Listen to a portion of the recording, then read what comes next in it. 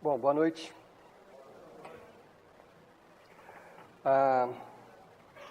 Sei que tem gente que viu o boletim ou viu no Facebook, está esperando eu passar uma lista de exercícios para perder peso. Talvez na próxima mensagem, tá? Hoje eu vou falar de algumas coisas que vão aliviar o nosso peso, talvez físico também, mas principalmente essa minissérie em 2 capítulos pretende nos aliviar do nosso peso, às vezes emocional e, em alguns casos, espiritual. Eu não sei a história de todos vocês, mas eu, quando criança, eu cresci numa igreja onde servir a Deus era uma coisa muito pesada. E não era culpa do pastor, da minha infância, mas era uma compreensão que todos tinham sobre Deus naquela época, que faz muito tempo. Não tanto tempo quanto minha filha me perguntou uma vez: pai, no seu tempo tinha dinossauros? Eu falei, calma, vai devagar, né? Faz tempo, mas também nem tanto assim, né? Mas há muito tempo atrás, a compreensão que se tinha de Deus, de um modo geral, claro que haviam exceções, mas era de um Deus severo. E nós já ouvimos testemunhos aqui na capela de outras pessoas falando que tiveram também, enfrentaram esse mesmo problema. Era um Deus bravo, que qualquer coisa que você fizesse podia ser castigado, então você tinha medo. Então você servia na igreja, você cantava no louvor, ou você ia na igreja por medo. A gente ia por temor de Deus, porque era um Deus muito bravo, ele podia castigar a qualquer momento, né? Então, era essa sensação, isso que acontecia. E aí, o que isso causava em mim e naquelas pessoas, naquela época? Uma tensão. A gente ouvia falar sobre a liberdade de servir a Jesus, que Jesus nos trouxe a verdade nos liberta, né? Se Jesus nos libertar, verdadeiramente seremos livres. A gente ouvia isso, mas era uma teoria assim meio distante. Porque ninguém se sentia livre, ou quase ninguém, a gente não se sentia livre. A gente se sentia assim, tenso o tempo todo, pesado o tempo todo. Só que aí eu cresci, tive outras experiências com Deus e descobri a graça de Deus, muito tempo depois, e a minha vida se transformou nesse sentido. Mas, voltando para os nossos dias, hoje, 2014, principalmente se você é uma pessoa que está nas redes sociais, Facebook, sei lá o que mais, WhatsApp, seja o que for, o Orkut foi enterrado essa semana, não é isso? Os mais novos nem sabem o que é Orkut. A coisa vai passando e eu vou me sentindo cada vez mais velho. Mas parece que essa semana decretaram o fim do Orkut finalmente, ninguém usava mais, né? Mas enfim, se você faz parte de alguma rede social, parece que até hoje os cristãos são pessoas pesadas. E eu não estou exagerando, sabe? E eu tenho muitos amigos aqui na capela, no meu Facebook, mas eu tenho mais de 2.000 amigos. Então, assim, conheço muita gente cristã. E, nossa, às vezes sai um comentário relacionado com alguma coisa, daqui a pouco vem pessoas que eu sei que são cristãs, malhando, destruindo e pichando mesmo, né? Um ou outro. Mas esses dias um pastor deu uma entrevista num programa de televisão, nossa, aí meu Facebook no outro dia estava cheio de gente falando, mas esse cara é assim, porque ele adulterou, porque não sei o quê. Eu falei, meu Deus, nós somos os cristãos, nós somos livres, nós somos pessoas alegres, leves, em paz, e nós ficamos atacando os outros. Então, qual é a impressão que o não cristão tem do cristão? Que é uma pessoa leve, tranquila, da paz, alegre? Muitas vezes não. Se você parar umas pessoas no shopping e perguntar o que você acha dos evangélicos, né? Porque nós somos evangélicos, porque nós seguimos o evangelho de Jesus Cristo. Muita gente vai nos classificar como pessoas rancorosas, mal-humoradas, críticas, julgadoras. Alguém está me acompanhando nisso? Eu estou falando uma coisa só da minha cabeça ou vocês percebem isso também? Vocês percebem isso? Então tá bom. Então isso está ficando, muito comum hoje em dia. O cristão que era para ser aquela pessoa livre, da paz, amigo, gracioso, tem se tornado, a imagem que nós estamos apresentando para as pessoas, de pessoas julgadoras, críticas, às vezes mal-humoradas, de opiniões tão firmes que você não pode abrir exceção nem para conversar com alguma pessoa que tenha uma opinião diferente da nossa. Bom, o que isso causa em nós? Isso causa, às vezes, já fiz essa observação, mal até para a nossa própria saúde. Às vezes até, literalmente, excesso de peso. Porque pessoas rancorosas, pessoas mal-humoradas, e pessoas fechadas em si mesmas, nas suas ideias, às vezes até o físico reflete isso. Por isso que nessa minissérie em 2 capítulos, que é só hoje e domingo que vem, nós vamos falar de 2 coisas muito importantes que vão nos ajudar a perder o excesso de peso emocional, em alguns casos, talvez até físico, porque é um reflexo do nosso emocional. Bom, a primeira coisa, que é o tema de hoje, é uma palavrinha que a gente já usa ela mesmo meio sem a profundidade que ela tem, mas ela não perdeu o seu significado, que é a palavra graça. Graça não perdeu o seu significado. Aliás, é uma das palavras que tem mais significado na nossa língua. Então, para não ir no óbvio, né? Porque se eu perguntar aqui para os cristãos mais antigos o que é graça, a pessoa não responda. Eu consigo ler as mentes. Vocês vão falar assim, é favor imerecido. É ou não é? É, Jânio? Não é assim que a gente aprende na igreja? Graça é favor imerecido. Mas o que é isso? O que é isso na prática? Então vamos explorar primeiro um pouquinho dessa palavra, graça. O que é graça? É uma palavra muito rica, muito rica. Então eu coloquei ali na projeção alguns significados de graça. Ó, graça, nós somos gratos pela bondade de alguém, certo? Nós somos gratos. Nós damos graças a Deus nas nossas refeições. Obrigado, Senhor, por essa comida. Nós damos graças a Deus. Nós somos congratulados, que vem de palavra graça também, quando a gente faz alguma coisa legal. Você faz uma coisa bacana, você é congratulado. Nós recebemos uma gratificação no trabalho, quando você está cumprindo mais do que a sua função, você está fazendo um extra, você está sendo muito bom para a sua empresa, você recebe uma gratificação. Uma coisa que também, as melhores coisas da vida, a gente ouve muito, as melhores coisas da vida são de graça. De graça, amor, carinho, respeito, isso aí o dinheiro não compra, as coisas são de graça. O sujeito foi agraciado com um prêmio, né? É um outro uso da palavra. Esse já não é tanto do meu tempo, é mais do tempo do meu pai, mas ele falava assim, qual a sua graça? Para perguntar o nome para uma pessoa. Gente muito, muito polida ainda fala isso hoje em dia, né? Aquela pessoa muito... Mas é assim, em vez de você perguntar o nome, né, para os mais novos, se perguntava assim, qual a sua graça? Quer dizer, qual é o seu nome? Quem é você, né? Uma das coisas que a gente mais gosta de ouvir é assim, é grátis. Não é verdade? Quanto custa isso? É grátis, de graça. O senhor vai receber 5 exemplares da revista tal, durante 5 meses, absolutamente de graça. Grátis. Né? São coisas que a gente adora ouvir, né? Ou então, aquele sujeito é muito engraçado. Né? Aquele sujeito é muito... Olha só, até isso, com humor, tá ligado com humor. Uma pessoa engraçada é uma pessoa com muita graça. Olha que interessante. Ou então, quando você fala de uma menina bonita, fala, nossa, ela é uma graça. Né? É uma gracinha. Não é assim? Bom, então, tudo isso é graça e tem sentido. Tem sentido para a gente entender a graça de Deus para conosco. Tudo isso faz sentido. Uma outra forma da gente entender uma palavra é você olhando o oposto daquela palavra. Então, para a gente continuar entendendo a palavra graça, vamos entender o antônimo, o oposto da palavra graça. Um sujeito mal-humorado, rancoroso, é um cara sem graça. Tá certo? Certo. Um cara muito ruim mesmo, maldoso, mal-intencionado, corrupto, é um desgraçado. Tá certo? É uma pessoa sem graça. Antes de você sair por aí falando que o pastor fala palavrão, é um desgraçado, é uma pessoa sem graça, desprovido de graça.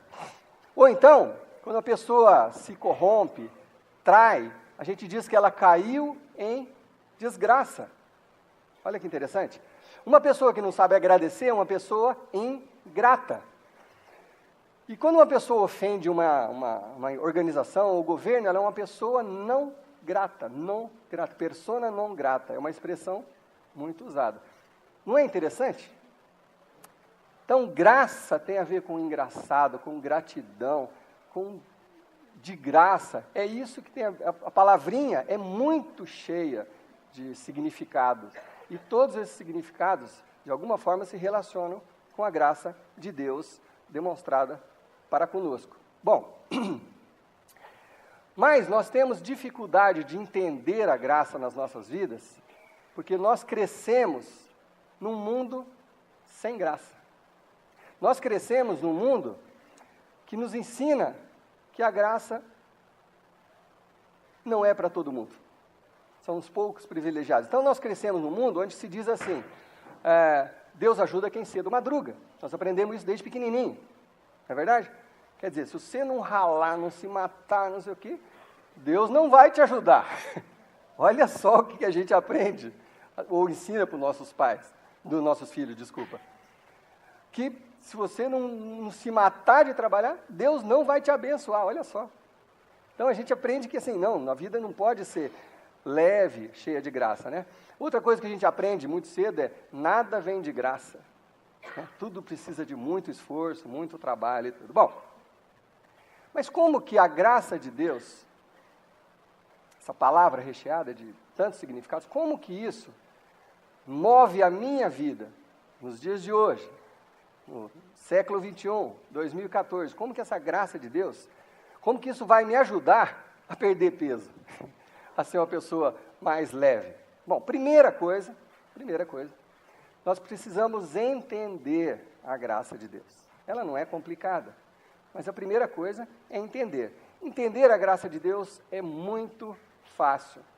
Eu vou ler apenas um versículo e vocês vão entender a graça de Deus. Um versículo que todo mundo conhece. Eu até mudei o jeito de escrever esse versículo para que fique mais claro ainda do que já é. Mas está lá em João, diz o seguinte, porque Deus amou o mundo, mas tanto, tanto, tanto, que Ele deu, de graça, Ele deu o seu Filho único para morrer pelos nossos pecados, para que todo aquele que crê, quer dizer, todo aquele significa quem? Eu, você, aquelas pessoas que não estão aqui, aquelas pessoas que estão numa balada, que estão embriagadas numa hora dessa, que estão traindo a esposa ou o marido numa hora dessa, para todos foi estendida esse presente, porque Deus amou, Ele deu para todos nós, para que todo aquele que nele crê, quanto que custa crer nessa verdade? Quanto custa isso? Nada, é de graça. Aqui não está falando para todo aquele que der o dízimo, para todo aquele que frequentar uma igreja durante 20 anos, para todo aquele que crer.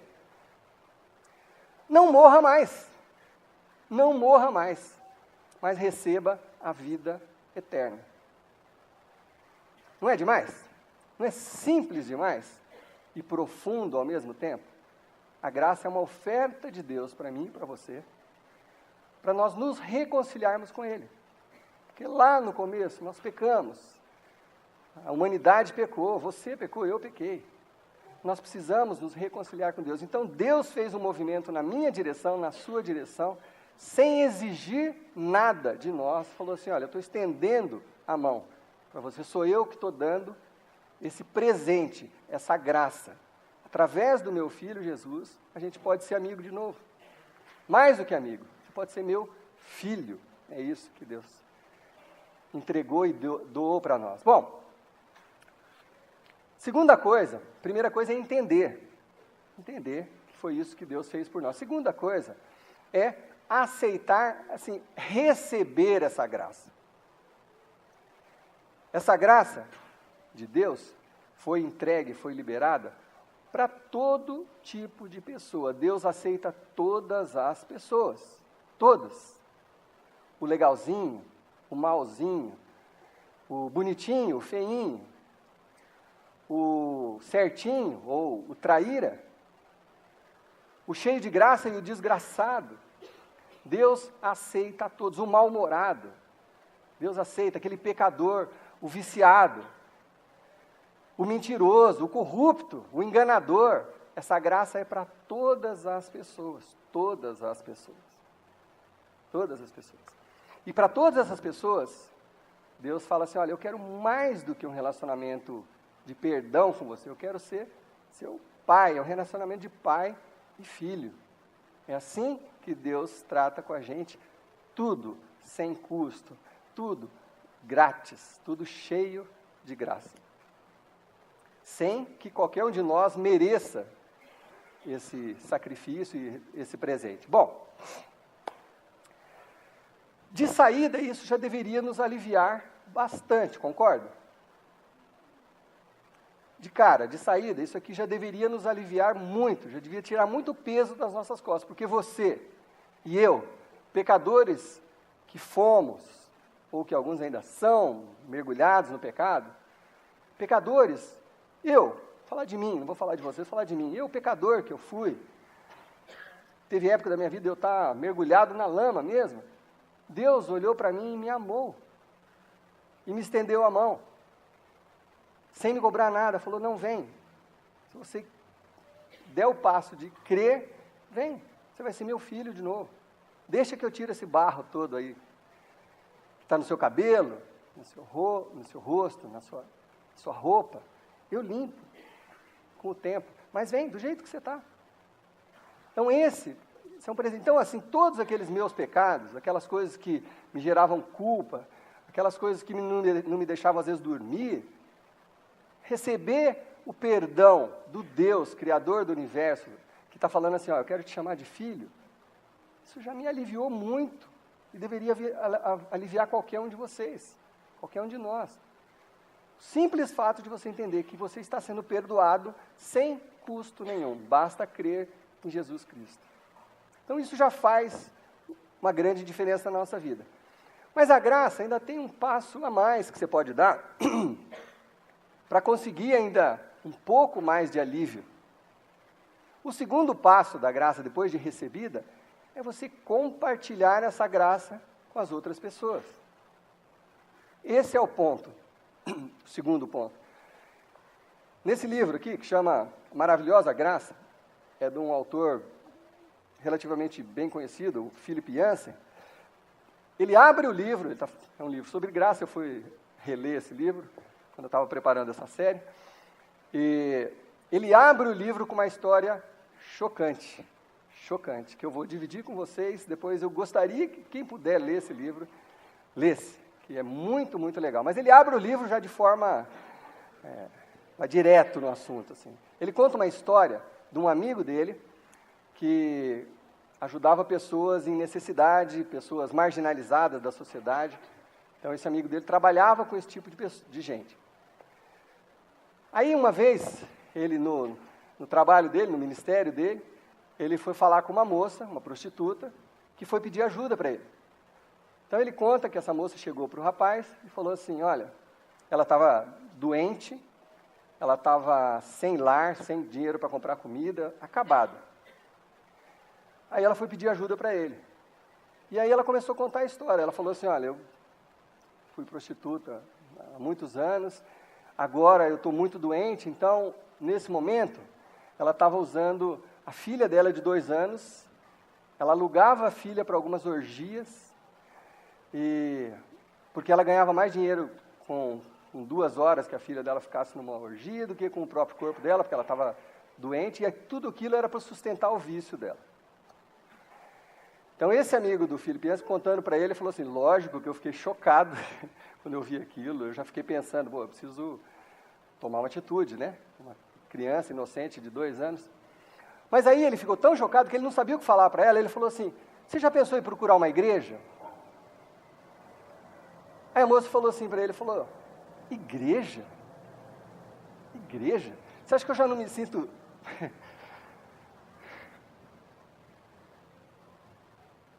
mal o suficiente comigo para procurar uma igreja? Você acha que eu não me sinto mal o suficiente comigo para ir numa igreja e me sentir pior do que eu me sinto? Por quê?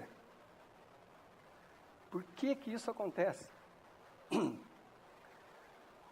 Por que que pessoas iguaizinhas a essa moça procuravam Jesus e não fugiam de Jesus? O que que aconteceu conosco? O que que aconteceu com a gente? As pessoas fogem com medo de serem julgadas. Uma vez uma moça muito parecida com essa procurou Jesus. Procurou não, ela foi levada até Jesus. E ela foi flagrada em adultério. Muitos de vocês conhecem a história. E aí os fariseus, os mestres da lei, os líderes religiosos, na verdade eles não queriam nem simplesmente punir aquela mulher. Eles queriam desafiar Jesus, para ver o que Jesus falava, porque a lei de Moisés dizia que aquela mulher pega em adultério, ela deveria ser apedrejada até a morte. Mas a lei romana dizia que eles estavam acabando com o apedrejamento em praça pública. Então eles queriam saber como é que Jesus ia reagir a isso. Porque se ele ficasse de um lado, ele ia ofender o outro lado. Aí trouxeram aquela moça, provavelmente ela veio sem a parte de cima, eles tiravam a parte de cima da mulher para humilhar mesmo, porque ela ia morrer, né? A lei dizia isso. Então provavelmente jogaram a moça na frente de Jesus, e ela cobrindo os seios, se encolhendo. E aí falaram para Jesus, essa mulher foi pega em adultério. Eu não sei o que Jesus pensou, mas eu penso o seguinte, peraí, mas se ela foi pega em adultério, cadê o homem que estava com ela? Ela estava adulterando sozinha? Mas claro, naquela época, o homem podia tudo, a mulher não podia nada. Então chegou lá aquela mulher diante de Jesus. Aí, Jesus estava conversando com umas pessoas, aí quando eles chegaram, começaram a falar, disse que Jesus se abaixou, começou a escrever na terra. Assim. Aí jogaram a mulher e falaram. O que a gente deve fazer com ela, Jesus? Foi pega em adultério, o que você faria? Qual que é a sua decisão, seu julgamento? Aí a Bíblia diz que Jesus levantou e fez uma pergunta para eles. Falou assim, olha como diz na Bíblia, na nova versão internacional, que é a que a gente usa mais aqui. Se algum de vocês estiver sem pecado, seja o primeiro a tirar a pedra nela. Se algum de vocês estiver sem pecado, pode começar. Peguem as pedras. Todo mundo pegou? Quem estiver sem pecado, pode começar a tirar. E Jesus se abaixou de novo e continuou escrevendo. E ficou lá. Aí foi saindo um, saindo outro, saindo outro, saindo um. Na hora que Jesus levantou, só estava ele e a moça. Aí ele falou assim, mas cadê os seus julgadores? Cadê as pessoas que estavam te condenando? Ele falou assim, eles foram embora. Aí Jesus falou assim, olha, ele não falou isso. Jesus sabia, ele falou, eu posso apedrejar essa mulher, porque eu não tenho pecado. Mas Jesus falou assim, se eles não te condenaram, eu também não te condeno. Levanta, põe a roupa, levanta, vai embora e não faz mais isso.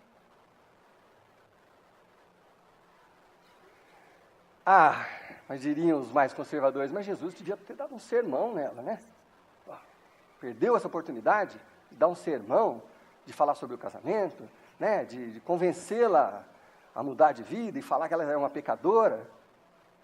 Jesus falou, vai e não peques mais, não faz mais isso, muda de vida. Só isso que Jesus falou. Eu fico imaginando como que a gente reage a pessoas com necessidades, pessoas pecadoras. Como que a gente tem reagido? Como que a igreja tem reagido? E não precisa ir lá no fundo da lama, não precisa ser uma prostituta que usa um filho numa orgia, não precisa ir tão fundo. Seu vizinho, aquele chato que bota o som, um pagode alto. Quem gosta de pagode agora ficou chateado, né? Por que que a gente não ama? Por que que a gente não estende graça? Por que que a gente fica xingando o vizinho? Por que que a gente não dá um passinho? O que que aconteceu? Né? O que que aconteceu? Bom,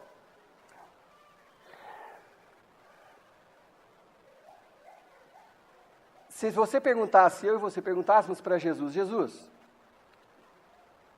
essa mulher adúltera, ela merece uma outra chance? Jesus diria sim, né? Porque ele deu outra chance. Mas se ela voltasse a pecar, Jesus, pecasse mais uma vez e continuasse adulterando, vamos apedrejar? Ou ela merece outra chance?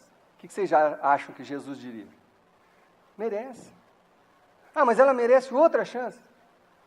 Merece. É por isso que a gente não consegue entender a graça. Às vezes a gente não consegue entender, porque parece muita generosidade, parece muita bondade. E é mesmo.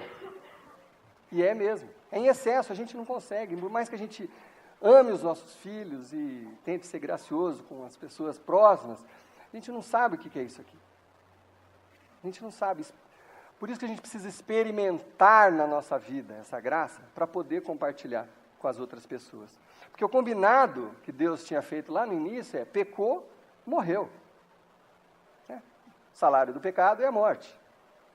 Mas Deus se reserva o direito para si de alterar as regras da retribuição. Uma frase desse cidadão aqui também, Philip Yancey.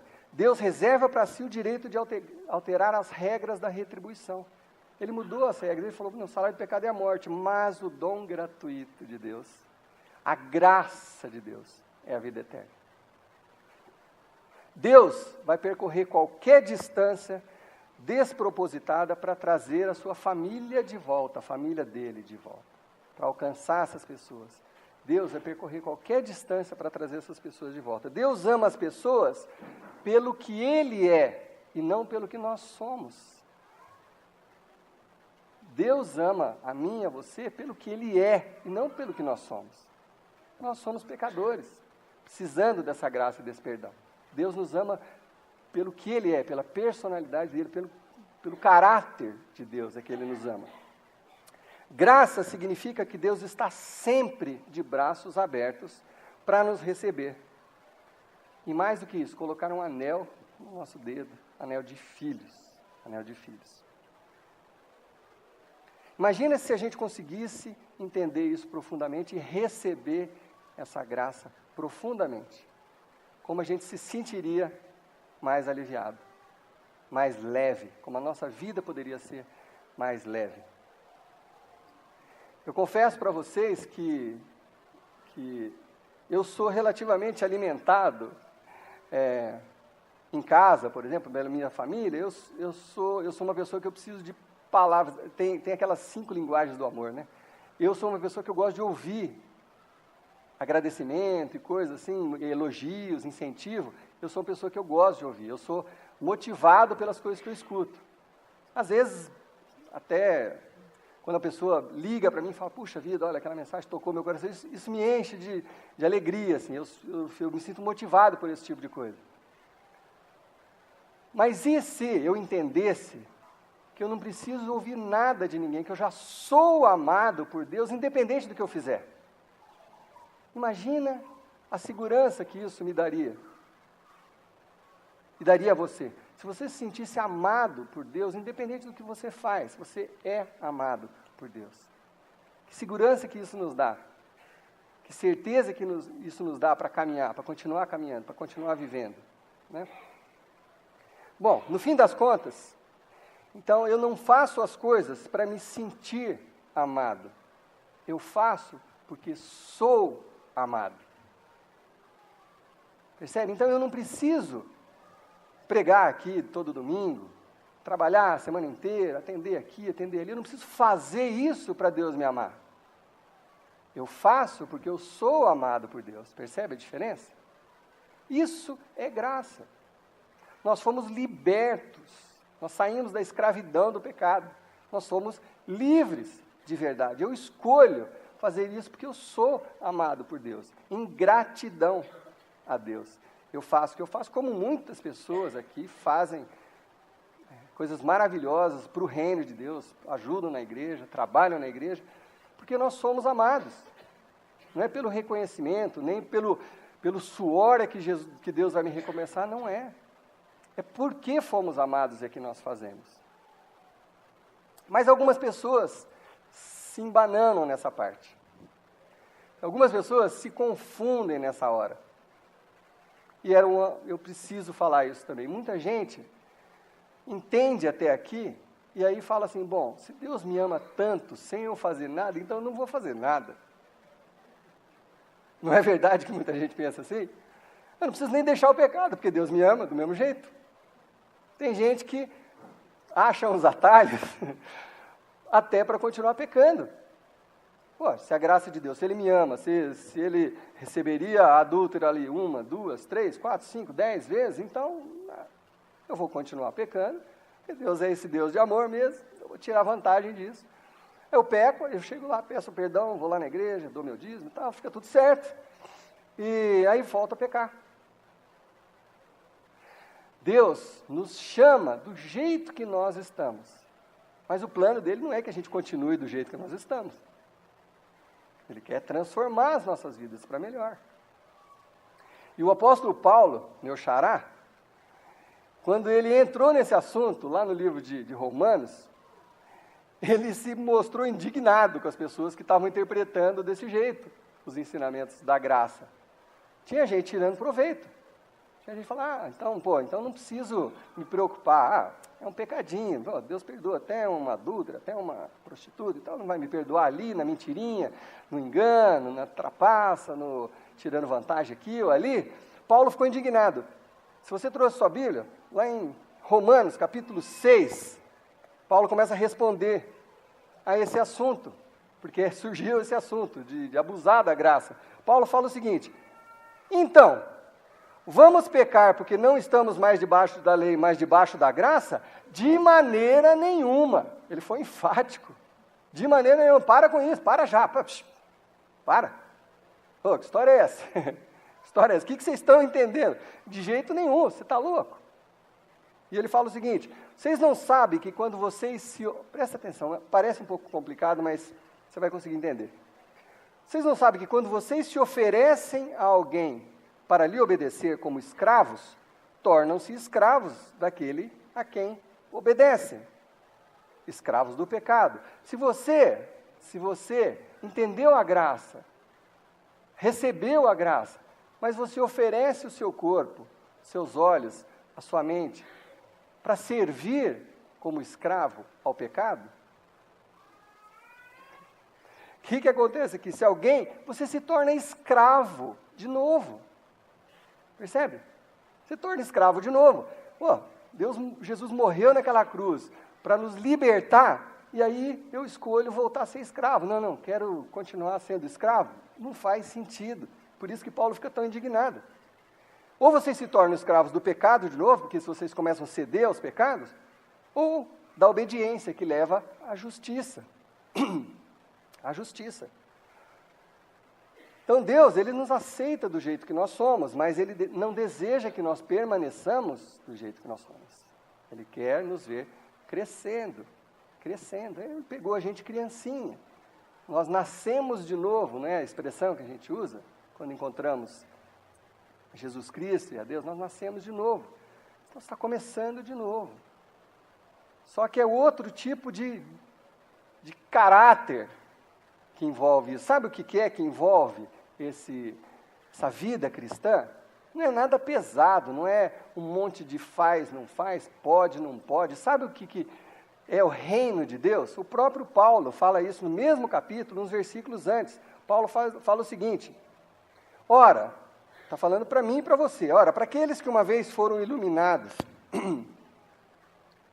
provaram o dom celestial e tornaram-se participantes do Espírito Santo, Paulo está falando o seguinte, vocês estão brincando, né? Deixa eu voltar um pouquinho aqui, queria falar uma coisa antes.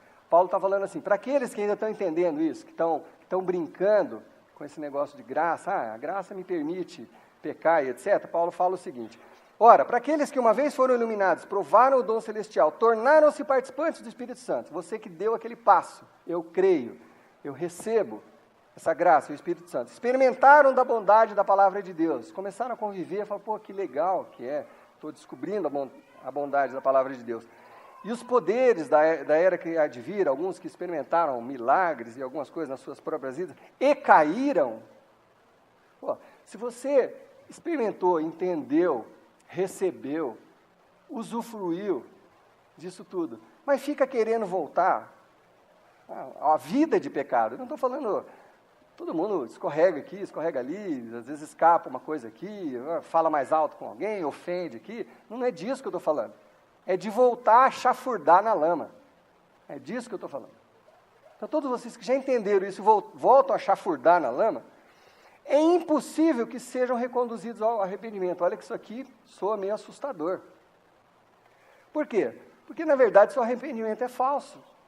É impossível que você se arrependa de novo, porque o arrependimento é falso. Quando você se arrepende de alguma coisa, você fala assim, pô, querida, eu te traí, nossa, isso aí acabou comigo e juro, prometo, nunca mais vou fazer isso. Aí faz de novo. Querida, me desculpa, nunca faz de novo. Isso não é arrependimento. Está entendendo? Isso não é arrependimento. Arrependimento, quando você se arrepende de alguma coisa, de alguma maldade, de algum pecado, você não fica voltando a cometer esse pecado. Então é isso que ele está falando. Então, é impossível que você seja reconduzido de novo ao arrependimento. Pois para si mesmo, aqui que Paulo dá um apertão na gente, estão crucificando de novo o Filho de Deus, sujeitando-o à desonra pública. Quando você faz isso, você já entendeu, você volta a chafurdar, é como se você estivesse crucificando de novo Jesus, não valeu o sacrifício de Jesus. Você está expondo Jesus de novo à desonra pública. A Bíblia podia ter só outras coisas, né? Só florzinho, né? Mas isso aqui dá uma responsabilidade. Na verdade, não é medo que isso gera, é responsabilidade. Puxa vida, Deus te chamou para a liberdade e é para você ser pessoa de caráter. Nós vamos ver já aqui são as características, qual é o caráter do cristão, do reino de Deus. Já vou falar nisso. Mas é importante que a gente saiba disso. É importante que a gente saiba disso. Que não é você tratar esse assunto da graça com leviandade. Esse que é o assunto que Paulo está falando aqui. Bom, mas então o que é o reino de Deus? Nós somos chamados para a liberdade para quê? Para seguir um monte de regra? Um monte de obediência, um monte de pode, não pode, veste isso, não veste aquilo, fala isso, não fala aquilo, condena aquilo. O que é? Qual é o nosso chamado como cristãos? Como é que é o reino de Deus? Como que é o plano de Deus? Como é que é a vida de Deus proposta para mim e para você? Romanos 14.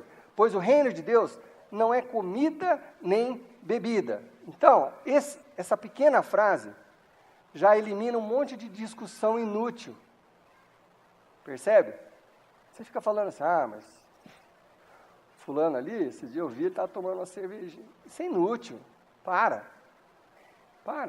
Isso é inútil.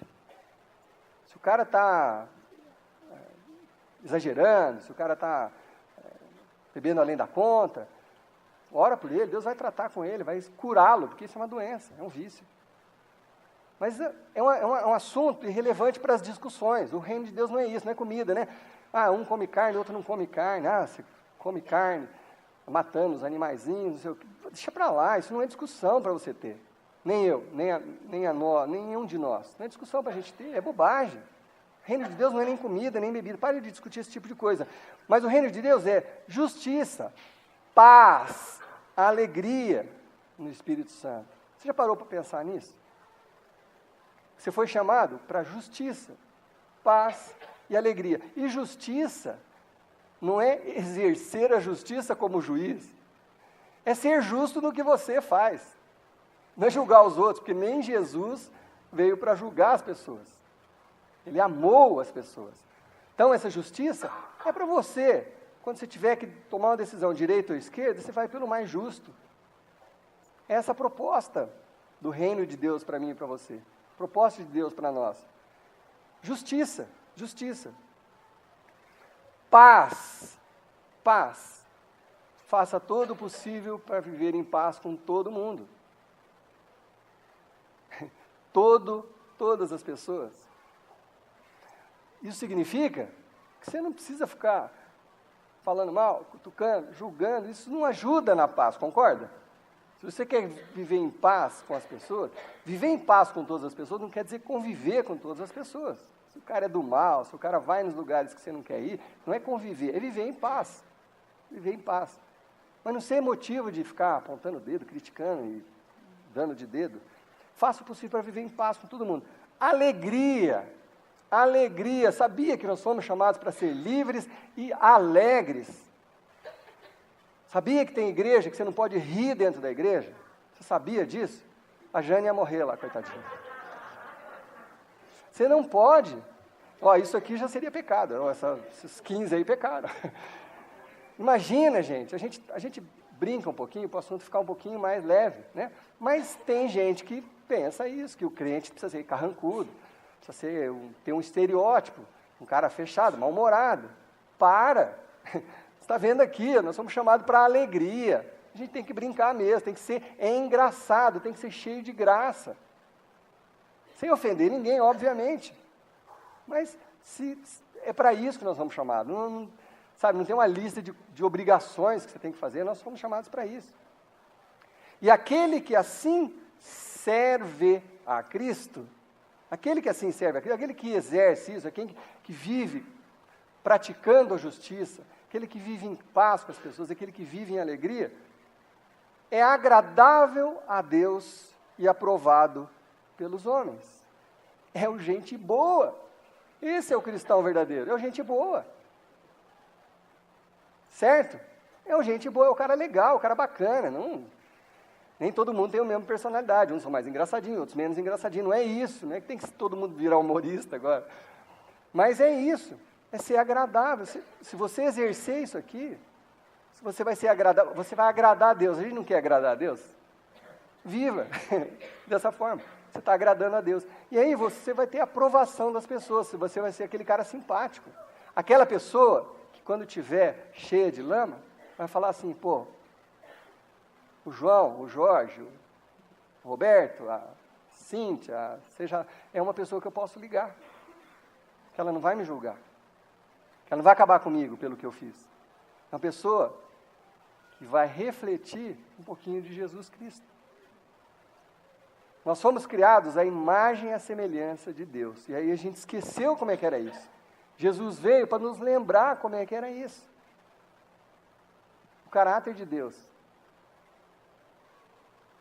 é amar todas as pessoas. Estender essa graça recebida a todas as pessoas.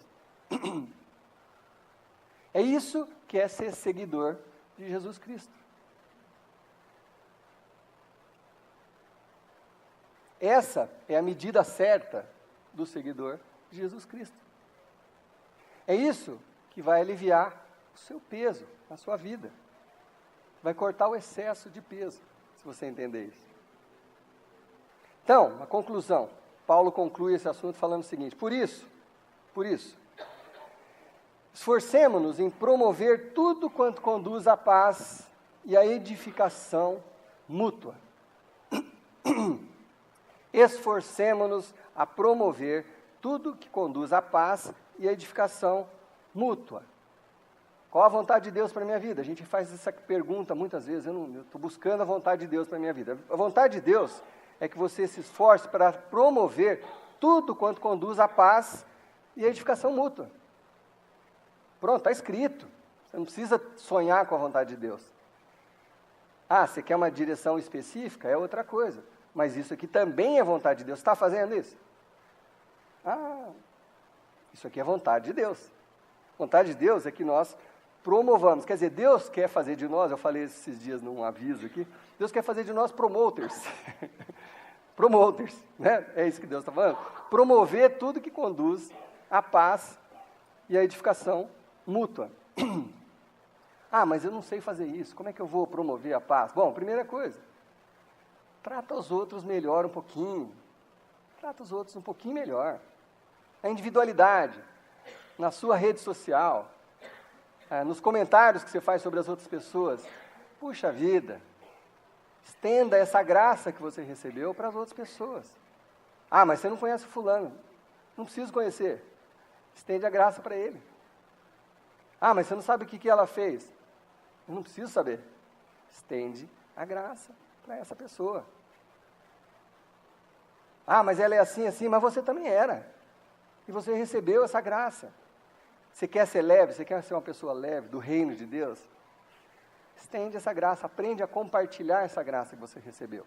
Seja generoso com as pessoas. Sua vida vai ficar muito mais leve. Ah, mas eu não sei fazer isso num contexto de pessoas, de evangelizar e tal. Então, seja parceiro da sua igreja. Seja parceiro, sua igreja está fazendo isso. A gente se reúne aqui para isso. Para mutuamente abençoar as pessoas, ajudar as pessoas. Estender essa graça para as pessoas. Essa paz, essa alegria. Falar sobre justiça. É isso que a gente faz. Seja parceiro do seu grupo, da sua igreja, que faz pessoas que fazem isso. Ponto.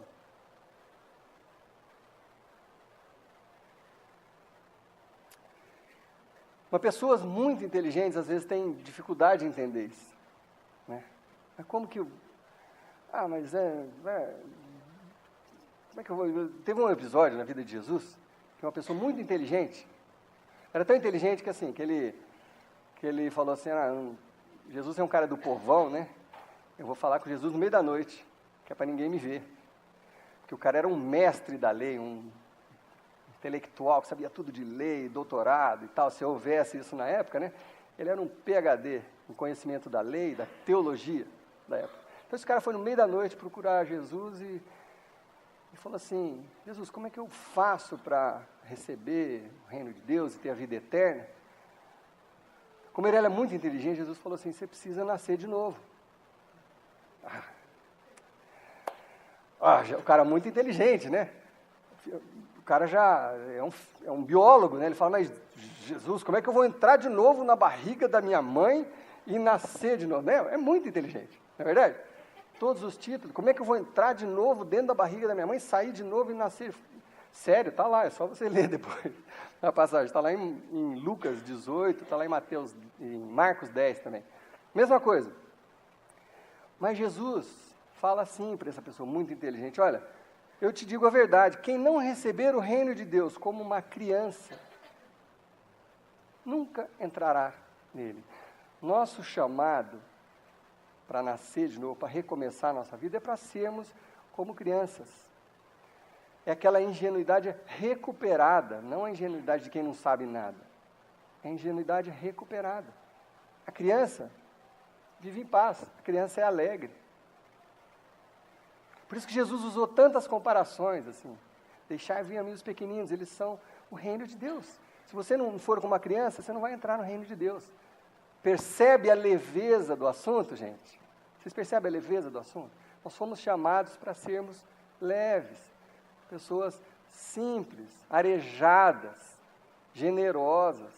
Esse é o chamado do cristão. Isso alivia aquele peso, aquele seu sofrimento, aquela agonia porque você tem raiva de fulano ou de ciclano. E domingo que vem, eu vou falar da segunda parte que envolve uma palavrinha bastante conhecida também, que é perdão, que é outra coisa que tira um peso enorme de dentro da gente. Mas só esse fato, a graça de Deus, você entender isso, depois de entender, receber para você mesmo, na hora que você recebeu mesmo, você compartilhar, garanto para você que a sua vida vai ser muito mais leve, em nome de Jesus. Amém? Vamos orar? Senhor Deus, parece simples de entender,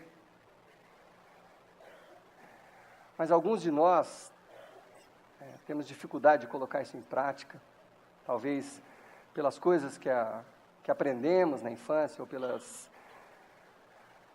surras que levamos durante a vida, os desgostos, os desencontros, os sofrimentos. Talvez por tudo isso fique difícil para a gente entender esse amor e essa graça e esse presente que o Senhor nos deu, esse perdão que o Senhor estendeu a nós. Mas, Pai, eu clamo de todo o meu coração, pela minha vida e pela vida de cada um dos meus irmãos que estão ouvindo essa palavra, ou aqueles que ainda vão ouvir num computador, num DVD, na internet, que em nome de Jesus, Pai, em nome de Jesus, o Senhor nos dê a coragem para crer nisso, que fomos perdoados, que estamos limpos livres, perdoados por todos os nossos pecados. E isso não teve custo, a não ser o custo da vida do próprio Jesus Cristo naquela cruz. Não teve custo para nós. Eu não fiz nada para merecer isso. O Senhor que fez, Deus. Então ajude-nos a entender isso, receber isso e principalmente nos ajude a compartilhar isso, Paizinho. Essa graça e esse amor, estender isso para as outras pessoas. Nos ajude, Pai, a sermos generosos, amorosos, perdoadores, Pai. Porque isso vai fazer as nossas próprias vidas se tornarem mais leves, mais alegres, mais em paz. Coisas que a gente busca todo dia. A gente gostaria de ser alegre, a gente gostaria de viver em paz. A gente gosta da justiça.